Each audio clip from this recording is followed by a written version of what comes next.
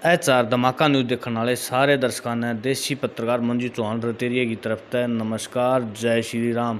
फिलहाल आप देखोगे भाई हमारे सामने जो है एक गांव रतेरा की ही जो है युवा साथी बैठे हैं भाई पारुल उर्फ कुलदीप मेहता।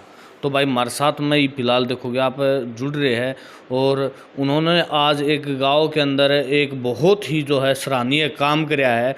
गांव में एक अपंग लड़का था रमेश, ठीक, जिसको किसी सरकारी स्कीम का कोई फ़ायदा नहीं मिला, किस कारण नहीं मिला उसके बारे में भी बात करांगे। और बता दूं भाई जो है अपंग था, काफ़ी दिनों से लगातार सरकारी अफसरों के जो है ऑफिसों के चक्कर काट काट के जो है थक चुका था और उसको आज तक ई रिक्शा नहीं मिली थी। लगभग उसकी उम्र कितनी थी भाई?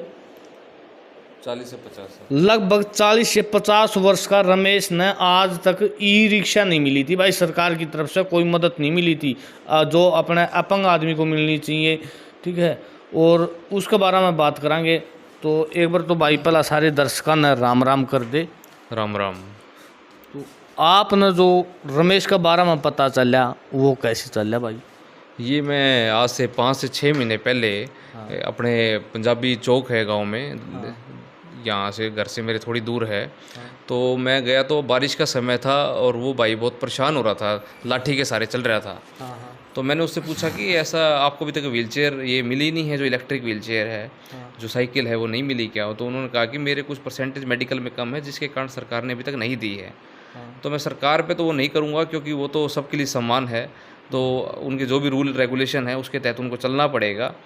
लेकिन मैंने उसको ये कहा कि आप आधार कार्ड दीजिए, किसी निजी संस्था से अगर आपका काम हो पाया तो मैं ज़रूर करवाने का प्रयास करूँगा।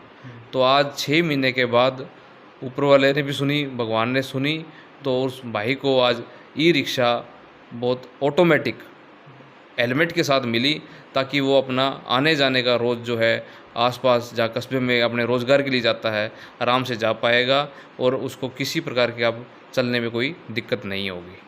तो आपने जो भाई तय ई रिक्शा दिलवाई वह किसी जो है सामाजिक संस्था के द्वारा दुआई है या सरकारी सेंट्रल गवर्नमेंट से दुआई है? वो किसी निजी कंपनी का कोई फंड होता है, उस फंड के तहत एक अब उसको वहाँ पे अर्जी दी गई, उस अर्जी के द्वारा उस एक फंड उसको अलोकेट हुआ, उस फंड से उसको वो साइकिल दिलवाई गई। और जो आपने समाज सेवा की भावना को मैं जानूँ तो समाज सेवा की भावना आपके अंदर तो कहाँ से आई? देखो, समाज सेवा की भावना मेरे अंदर 2-3 जगह से है कि एक तो मैं डेरा सच्चा सौदा को मानता हूँ। तो डेरा सच्चा सौदा हमेशा ही मानवता भलाई के कार्य करता आया है। 157 मानवता भलाई के कार्य डेरा सच्चा सौदा करता है, जिस उस 157 की लिस्ट में ये भी एक कार्य है कि दिव्यांग की मदद करना, जो हमारे गुरु जी संत डॉक्टर गुरमीत राम रहीम सिंह जी इंसान ने बताया। आज हम उनके दिए गए निर्देशों पे और उनके सिखाई गई इन चीज़ों पे आज हम चल रहे हैं। दूसरा, माता पिता ने हमेशा यही सिखाया कि हमेशा जो कठिनाई में है, ज़रूरतमंद है, उसकी मदद ज़रूर करनी चाहिए और अच्छे से करनी चाहिए, ताकि वो आपको याद रखे और उसको आपकी सहायता मिल सके। और रमेश के अलावा मैं बात करूं तो रमेश के अलावा जो है आप कहाँ कहाँ सामाजिक संस्थाओं में और जो है गरीब असहाय की जो मदद कर चुके हो? देखो, अभी 3 से 4 महीने पहले की अगर आप मेरे से बात करेंगे तो मैंने प्राइमरी हेल्थ सेंटर गांव रतेरा में ही हमने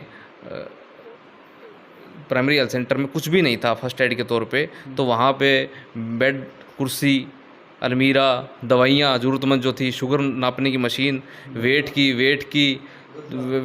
नापने की मशीन, जो भी वहाँ पे बेड, गद्दा जो भी चाहिए था, ताकि फर्स्ट एड वहाँ पे इजीली हो सके, बीपी नापने की मशीन, वहाँ पे सारी चीज़ें हमने प्रोवाइड करवाई थी आज से 3-4 महीने पहले।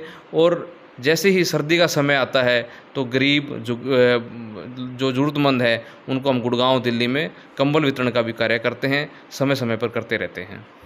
और आगे की मैं बात करूं तो आगे आप समाज सेवा के प्रति?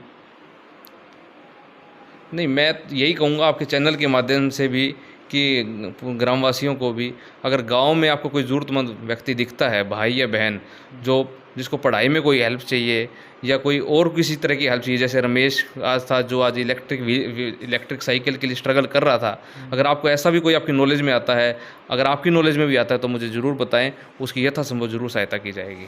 और जहाँ मैं बात करूँ भाई, जहाँ भाई ने बताया है भाई, प्राइमरी गांव रतेरा के अंदर प्राइमरी हेल्थ सेंटर के अंदर दवाइयाँ नहीं थी, तो भाई साहब इसके ऊपर मैं भी एक छोटी सी बात करना चाहूँगा भाई। मैं इस चीज़ से खुद वाकिफ़ हूँ। एक दिन कुदरती मेरा जाना हो गया हेल्थ सेंटर के अंदर, बात करूँ तो भाई साहब पैरासीटामोल की टेबलेट भी नहीं थी उस हेल्थ सेंटर के अंदर। और जहाँ पर भाई ने बताया कि वहाँ पर ज़रूरत की जो दवाइयाँ थी सभी उपलब्ध कराई गई है। ज़रूरत की सभी जो दवाइयाँ उपलब्ध कराई गई, चाहे वो बच्चों की हो चाहे बड़ों की हो, ताकि आप फर्स्ट एड ले सकें और उसके बाद आप किसी अच्छे हॉस्पिटल में दिखा सकें।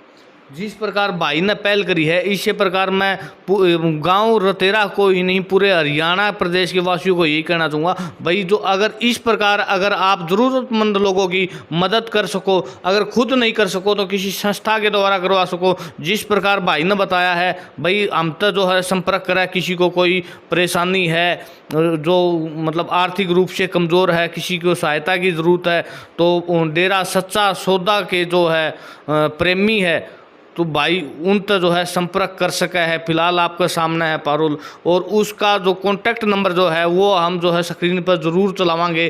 किसी भी ज़रूरतमंद को, अगर आप किसी भी ज़रूरतमंद के लिए वो संपर्क कर सका है, जिस कोई आर्थिक रूप से कमज़ोर है, शिक्षा के मामले में, चिकित्सा के मामले में, और किसी प्रकार भी जो है जो सहायता बनेगी भाई ज़रूर करेगा। क्यों भाई पारुल? बिल्कुल ज़रूर की जाएगी। आप हमें बताएं, हमारी नॉलेज में लेके आएँ। मेरे पिताजी भी गांव में समय समय पे आते रहते हैं, इन्हें आप बता सकते हैं, तो जैसे ही हमें बताएंगे तो हम उस पर ज़रूर काम करेंगे। फिलहाल मैं जितने भी हमारे दर्शक हैं सभी तो यही कहना चाहूँगा भाई, वीडियो ने ज़्यादा से ज़्यादा जो है शेयर कर दियो, ताकि हर ज़रूरतमंद के पास में, हर मजबूर के पास में ये कॉन्टैक्ट नंबर पहुँच जा और इन तक संपर्क कर सके और उनकी आर्थिक मदद हो सके। तो भाई, जो आप मानवता भलाई के लिए जो सामाजिक कार्य करते रहो, उसमें आपने परिवार तक भी, गांव तक भी सपोर्ट किसी को मिला है? नहीं, परिवार से पूरी सपोर्ट मिलती है। मेरे माता पिता भी मेरे साथ रहते हैं हर टाइम। वो भी हमेशा मेरे को कहते रहते हैं कि हाँ, गांव के लिए कुछ करो। तो मेरे पिताजी का हमेशा यही सपना रहा है कि अपने ज़िंदगी में तो आगे बढ़ो, लेकिन जिस गांव से आप गए हो, जिस मातृभूमि से आप गए हो, जहाँ पे आपका जन्म हुआ, तो उस जन्मभूमि के लिए भी कुछ ना कुछ ज़रूर करना चाहिए। तो वो भी हमेशा मेरे से पूछते रहते हैं कि गांव के लिए क्या किया, खुद के लिए तो किया, गांव के लिए क्या किया। तो आज ये दूसरा काम हमने आज किया है। पहला प्राइमरी हेल्थ सेंटर के लिए, जैसे आपको बताया, आज ये दिव्यांग को व्हील साइकिल दिलवाई, इलेक्ट्रिक साइकिल दिलवाई, और आगे भी करते रहेंगे। और मेरी वाइफ का भी मेरे साथ पूरा सहयोग रहता है। वो भी एक मल्टीनेशनल कंपनी में कार्यरत है। वो भी समय समय पर मानवता भलाई के कार्य करती रहती है और हमेशा मेरे साथ कंधे से कंधा मिलाकर खड़ी रहती है। तो आज मैं बात करूं तो भाई माता पिता की, आज आपके माता पिता की जो है सीना कितना चौड़ा हो गया होगा जो आप मानवता की भलाई के लिए कार्य कर रहे हो? देखो, माता पिता को खुशी तो होती ही है कि अगर ऐसा अच्छा कार्य हो तो, लेकिन वो अभी भी यही कहते हैं कि अभी इधर ही ख़त्म नहीं करनी चीज़ें को, ये सिलसिला ऐसे ही जारी रखना है, ज़रूरतमंदों की हमेशा सहायता करते रहना है और पीछे मुड़ के नहीं देखना है।